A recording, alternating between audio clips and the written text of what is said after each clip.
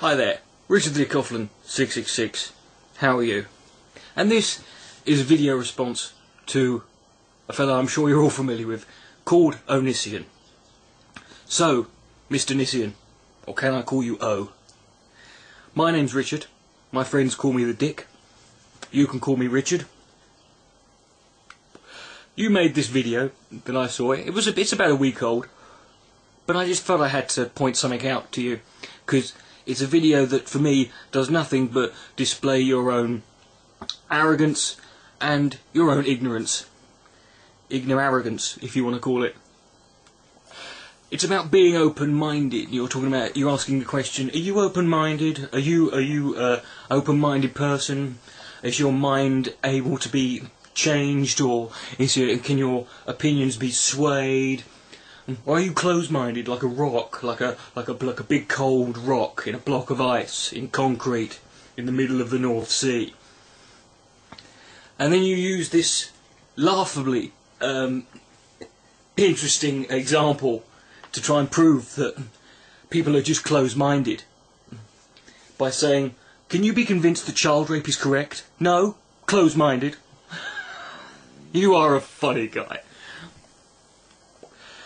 And then you go on it, and then you start there with your hands in your pockets, doing all the floppy hair stuff, going, some people don't care, you see, if someone kicks a puppy. Who are these people who don't care if someone kicks a puppy? I don't know them. You know, we can't care about we can all care. We can't care about everything all at the same time. Some of us have different I focus on things like, human rights, equality, and the AIDS pandemic in Africa, stuff like that.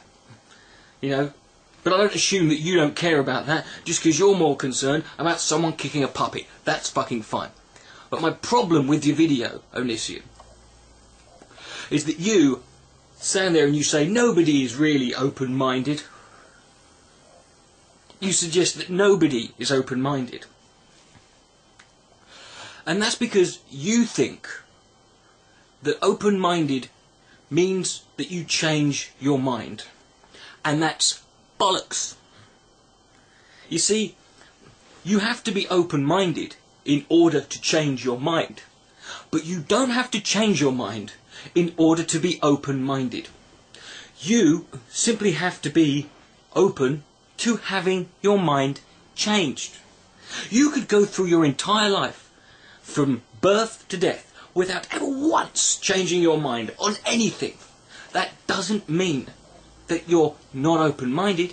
It just means that you failed to have your mind changed. And that's the difference.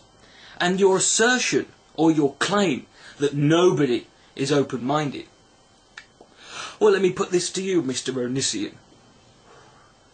I used to be a meat eater. But as of from this year, I haven't been. Because my mind was changed.